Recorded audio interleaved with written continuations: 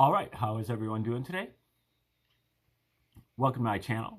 We're going to get right into another Bible decode here, and we're looking at the New Testament book of Luke, the work of Michael Menescot's, his book called Christianity, Its Origins as a Flavian Secrecy Cult. And this is all part of our, I think it's video 289 on what we call the Reciprocal Church, where we're trying to amass a whole lot of different spiritual resources that you can use really in your own life to create your own spiritual praxis and in effect your own religion.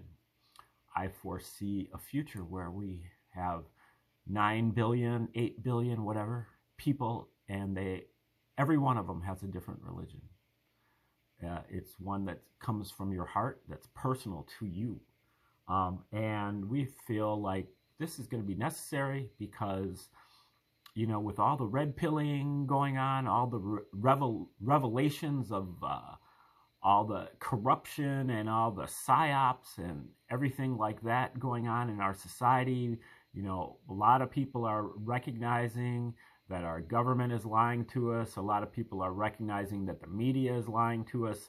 A lot of people are recognizing that the schools are lying to us.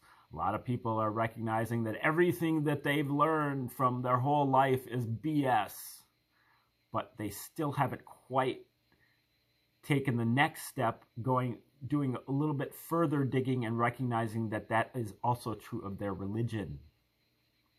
And believe that very soon that is going to happen, maybe even by tomorrow when the Pope, when the papacy is determined to be null and void, when they start trying to figure out who's going to be the next Pope, and it turns out that there is nobody.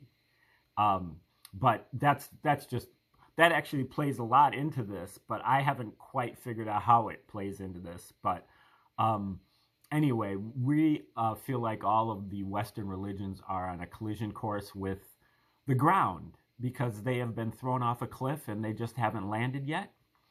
And this Reciprocal Church is pretty much like your parachute that will help you to, you know, bail out on your religion and still have reverence for a divine being in your heart and have have your own personal spiritual experiences to fall back on and have some practices that you can do to kind of fill that void. And so we've gone through a lot of those over the videos, but right now we're really looking at the New Testament in particular. Like I said, all 5 Western religions are on that collision course with the ground. Christianity, Judaism, Islam, Satanism, and atheism or scientism.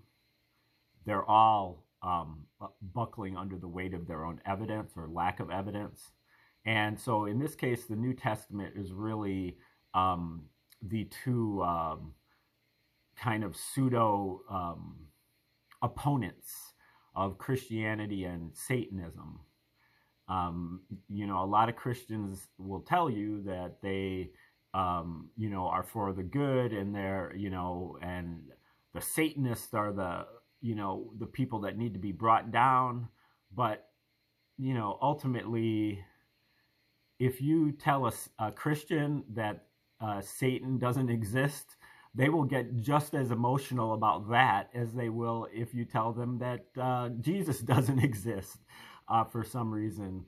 But these two things are go hand in hand. If you look at the Old Testament, obviously there's a few prophecies pointing to a Messiah, but there is very little pointing to Satan.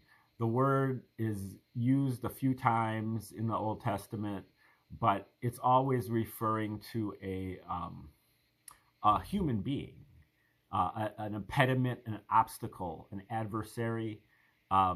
And then there are many references to competitors to Yahweh, Yahweh, in my opinion, is a God with a small g, and his competitors, Baal and Moloch, Ashtaroth, and all of them, Baphomet, I don't even know if that's even in there, but those people have gotten the moniker of Satan attached to them, but they were just gods with a small g that were competing against Yahweh. The real supernatural Satan doesn't really come out until the New Testament, and even a lot more after that with Dante and Milton and others, and then also, but especially Hollywood. Our conception of Satan is mostly coming from Hollywood and whatever else, broadcast media. But this is more not about Satan or Jesus, but, well, Jesus for sure. But this is about the New Testament. Menescott's book is looking at two works, the Book of Luke and Josephus's book called War of the Jews, or Jewish War. And Menescott is following a long history that it's practically unknown and was almost totally unknown until the book called Caesar's Messiah by Joseph Atwell in 2005. And this is the Roman origins hypothesis, which in my opinion is totally obvious. And once you hear it, you're like, oh, yeah, no doubt. That's obviously what happened. The Romans wrote the entire New Testament. Menescott stopped short of that. He'll just say that the Romans wrote the entire Gospels. So some people go further than that. James Paladin says that the Romans wrote not only the New Testament, but the Old Testament. Not only that, but they also invented Hebrew. So I can't go there, but this guy he was an Oxford professor back 100 years ago or 110 years ago.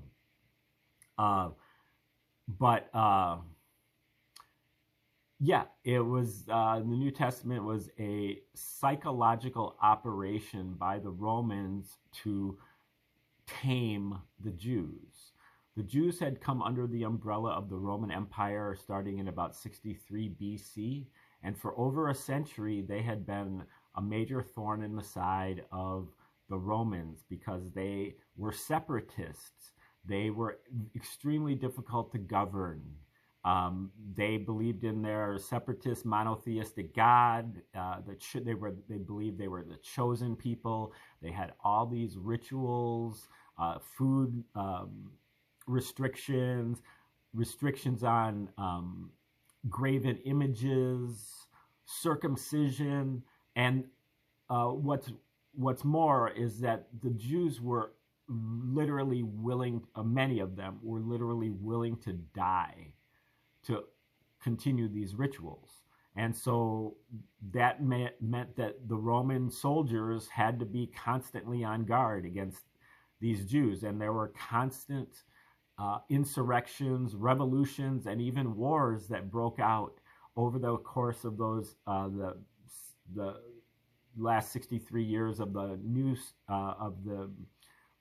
first century BC, and then the rest of the first century AD, all the way into the second century AD. And the biggest conflict was this war, Jewish war, the War of the Jews that Josephus writes about, that occurred between 66 and 73 AD. And Josephus presents himself as a person who, well, first of all, Josephus is known by Christians as being somebody who corroborated the existence of Jesus in his writings. He is actually the only author from the first century who actually corroborates the existence of Jesus outside of the Bible.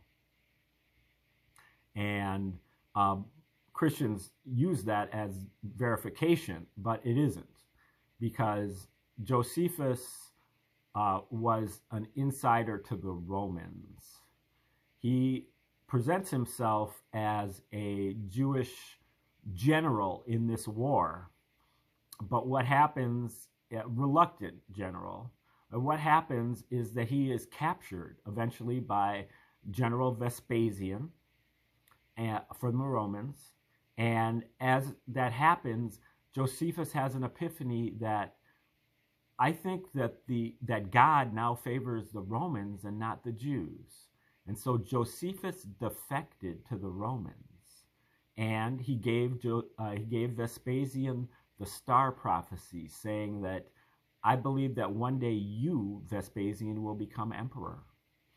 And later on, when Vespasian actually did become emperor, he appointed his son Titus to be the new general, and he went to Rome to become emperor. On his way, he picked up Josephus, gave him a pardon, brought him to Rome as the new court, one of the new court historians, adopted him as a member of his family, and put him up in a townhouse at Caesar's palace. And that's where Josephus lived pretty much the rest of his days. So if he's, if you have the Roman hypothesis, the fact that Josephus is a corroborating witness of Jesus's existence is totally empty. It carries no weight, because Josephus was an insider to the Romans. And then you look at all of the other authors who corroborated the existence of Jesus from the early 2nd century. They are all insiders to the Roman Caesars as well, if not Caesars themselves. That includes Tacitus, that includes Pliny the Younger. Both of them were close relatives of the Piso family, but especially Vespasian and Titus, the Flavian emperors, and then also Trajan, who became emperor from 98 to 117 AD, and also Suetonius, who also became emperor as Antoninus Pius from like 137 to 161 AD. So all of the people who corroborated the existence of Jesus were Romans, were Caesars, or their close family members.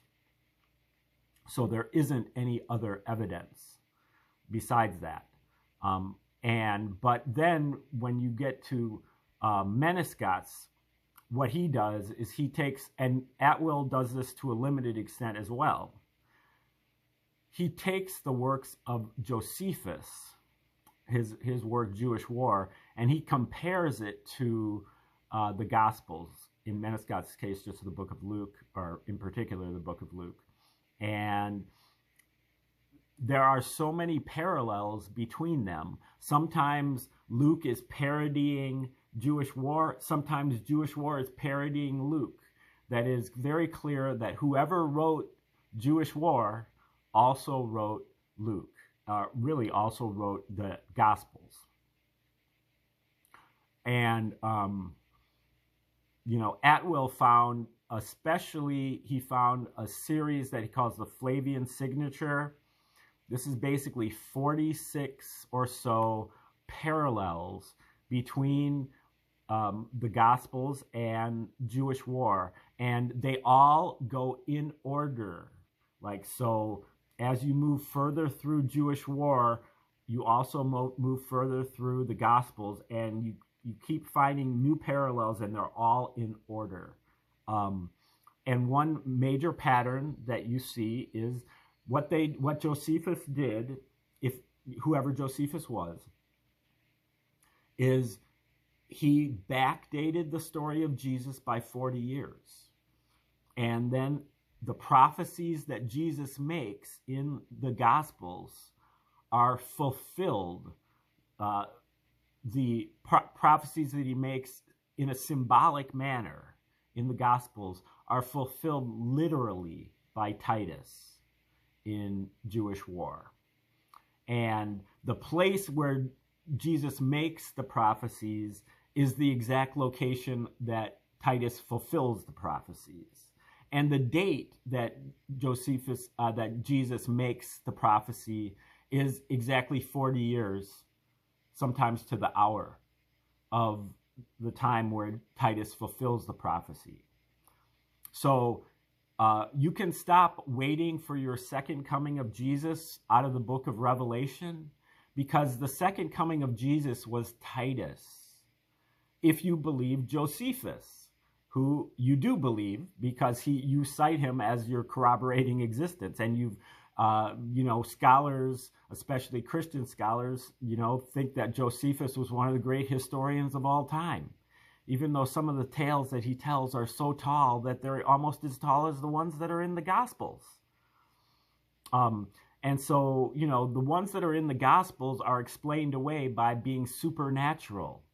But many of the people who make them say, well, it had to have occurred, the virgin birth or the resurrection had to occur because of God, because there's no other way to explain it. Well, the Roman hypothesis is the other way to explain it. It explains everything. The Romans had the motive. They wanted to neutralize the Jews. Titus and Vespasian had both been injured in this war. The Romans had the means. They had all the resources in the world, basically. They had the MO. They had created a number of other religions in the first century as well. And sometimes for exactly the same reasons, to neutralize the Jews. That includes rabbinic Judaism. And but more importantly, I think even just the means, the Romans, the Gospels and Josephus are written in Greek. Greek wasn't a common language in Judea. It was a common language in Rome, much less writing it, but just even speaking it. Jesus and the disciples would have been speaking in Aramaic. And but then moreover, the Romans were the only people that had the resources to be able to publish this material, especially in the numbers that it was published, because the Romans had a whole fleet of slaves who served as scribes. They were basically human copy machines, human printing presses that were doing this work for them. And they also had the only mail system that was functional. And so they were able to distribute it as well. None of these things were possibly done by people in Palestine. But then the final nail in the coffin comes from Menescats, where he compares the book of Luke and Josephus. He found an astounding 250 parallels just in the book of Luke. And then he makes a graph. He puts the book of Luke on the vertical axis, chapter 1, 2, 3, 4, 5, up to 24. He puts War of the Jews on the horizontal axis, paragraph 1 on the left-hand side, paragraph 694 on the far right-hand side. Whenever he finds a parallel, he puts a dot. At the end of the whole plotting of the 250 dots, he has made 5 near-perfect Latin letters in Latin, APTVS. Titus Vespasian, Arius Piso Titus Vespasianus is what I think it is, but Menescats has a few slightly different idea. But the bottom line is that the Romans not only wrote the book of Luke, but they actually signed their name to it. And the Romans wrote this stuff to mock the Jews and anybody coming in the future who would believe this. So you wrote it also to mock the Christians. And they use grim, brutal, bawdy, pornographic, cannibalistic, pedophilic jokes and within all of this. And they're mocking you with this. And so you can call me an anti-Christian if you want, but I'm warning you that, your book, I'm not talking about the experience that you have of Jesus in your heart. I'm not talking about your belief in a creator, God. I'm not talking about the power of prayer. I'm not talking about whether you're going to live, whether you're going to live immortally. I am specifically talking about the New Testament, and it is a psyop, and it was written by the worst people that have ever lived on this planet, the first century Roman Caesars. They are notorious for being utterly perverted, debauched, excessive, violent, you name it. They did it. These are the people that wrote your Gospels. And again, it's a psychological operation, so it's a limited hangout. They do give you some things that you can hang your hat on, some good values. But, what they're really trying to do is they are afraid of the Jews rising up in another revolution. And so the Jews were waiting for a Messiah. But the Messiah that they were waiting for was a military leader, somebody that was going to help them rise up and kick out the Romans. So the Romans decided to propose a Jewish savior who was a prince of peace, who believed in rendering unto Caesar what is Caesar's and walking an extra mile with a soldier's backpack, and believing that the Roman slave owner had the greatest faith in all of Judea, and believed in turning the other cheek to oppression, and believed in,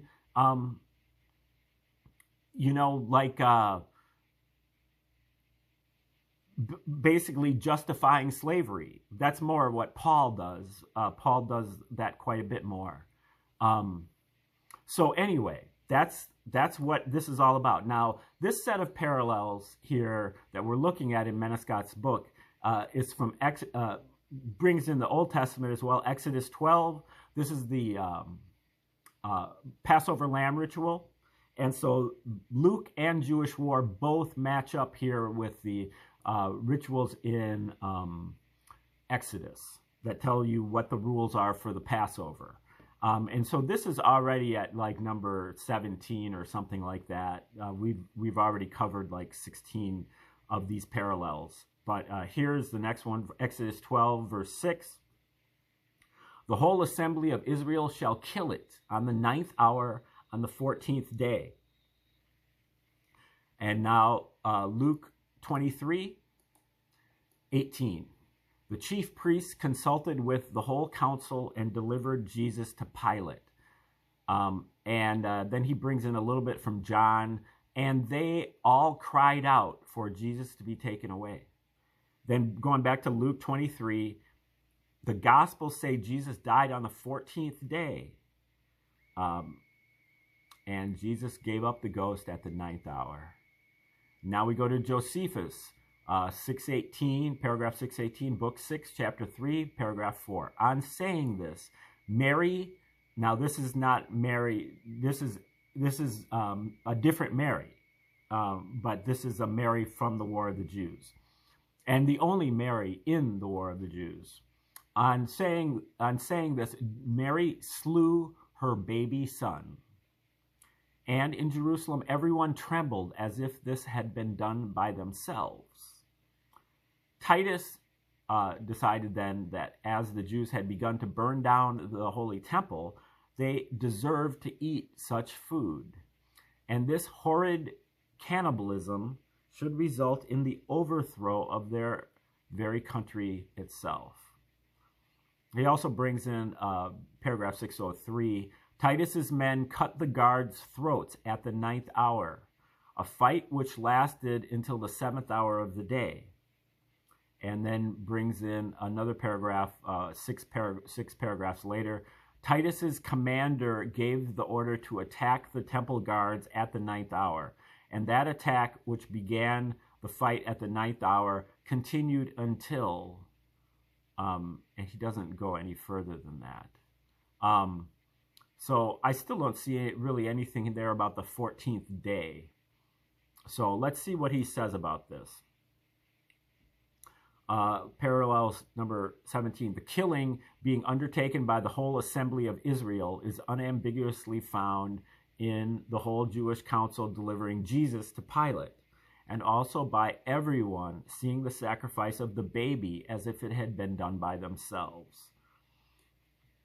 Okay, he also says the killing being done at the 9th hour is unmistakably present in Jesus' death, indeed on the 14th day, but also in at least 2 locations where Titus began the killings of Jews at Jerusalem at the 9th hour. More commentary. Even just observing how many ways Mary the cannibal evokes the Passover ritual tells us there is something afoot. However, by noting the matching locations in Luke and plotting them, the point is that they all align with and indeed contribute to the V or the S of the APTVS pattern. I don't get that at all. It would seem like it would be the T, because it's they're all matching up with paragraph 618. So he was going to need to explain that to me. Matching up with the APTVS pattern, which I shall plot again after I have described the last few parallels. Okay, now we're going to turn the page. I'd like to mention that if you want to see the whole diagram, it's on the thumbnail for the video. But also, you can follow along with all this at home.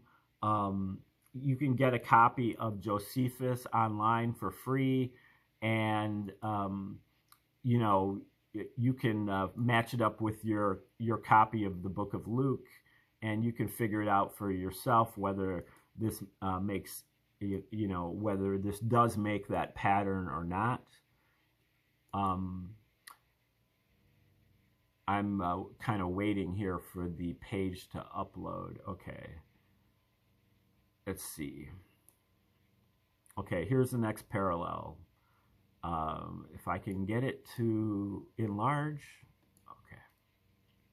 Exodus 12:9. Eat not of it raw or with water, but roasted with fire. Okay, that's again the Passover ritual.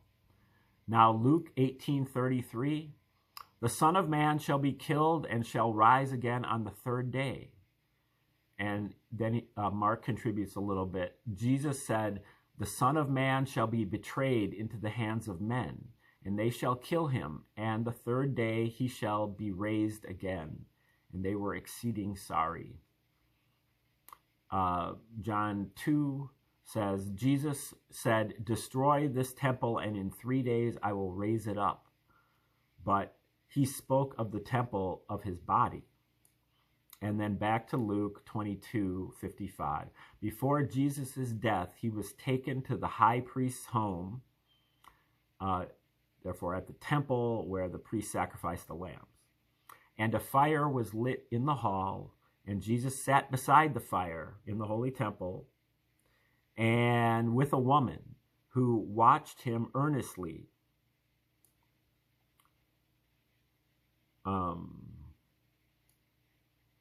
Who he says is Peter, but he says it's a woman. So anyway, now we're going to Jewish War 6:13. Now as the siege of Jerusalem advanced higher on the 24th day of the month of Panemus, the Romans set fire to another cloister, or the Romans razed part of the temple. Moving on to the 2 paragraphs later, on the 27th day, 3 days later, of that month, the Jews responded by filling that western cloister with tinder, bitumen, and pitch, and retreating. The Romans followed them using ladders and filled the cloister, and the Jews set that whole cloister of the temple on fire. And the Romans were surrounded with flames, some throwing themselves down, with Titus only able to commiserate as they had gone in without his orders. And it was of comfort to those that died that everyone saw Titus grieve, and that they died for him. For Titus cried out openly to them. So all of the Romans died cheerfully, right? Carrying his words and carrying this intention of Caesar as a sepulchral or funereal monument. So Metascott says, in summary, this funereal moment, he says moment as opposed to monument, but either way, I guess, is the fire destroying Jerusalem, the destruction of which is Jesus's key prophecy. And in John 2:21, Jesus equates the destruction of this temple on the third day with that of his own body. Well, you should have probably, well, he does say, Jesus said, destroy this temple and in 3 days I will raise it up. So again, what Jesus is prophesying is fulfilled by Titus, the second coming. Okay, so he calls this parallel number 20. Although this parallel was well hidden, the relationship is clear and unambiguous. The Exodus 12 requirement to roast the sacrifice is reflected in Luke 22:55, where Jesus sits next to the fire in the holy temple where the sacrifices are made. Meanwhile, in Jewish war, the temple is burned, involving an interval of 3 days, which reflects Jesus' prophecy, where Jesus equates that burning with his own body. Okay, I think we're going to have to stop there because the next set of parallels is pretty long. Let me see where we're at. I can't really ever see the clock here, but I think we're about out of time. Yeah. Okay, thanks for tuning in today. Have a great day. Like, share, subscribe.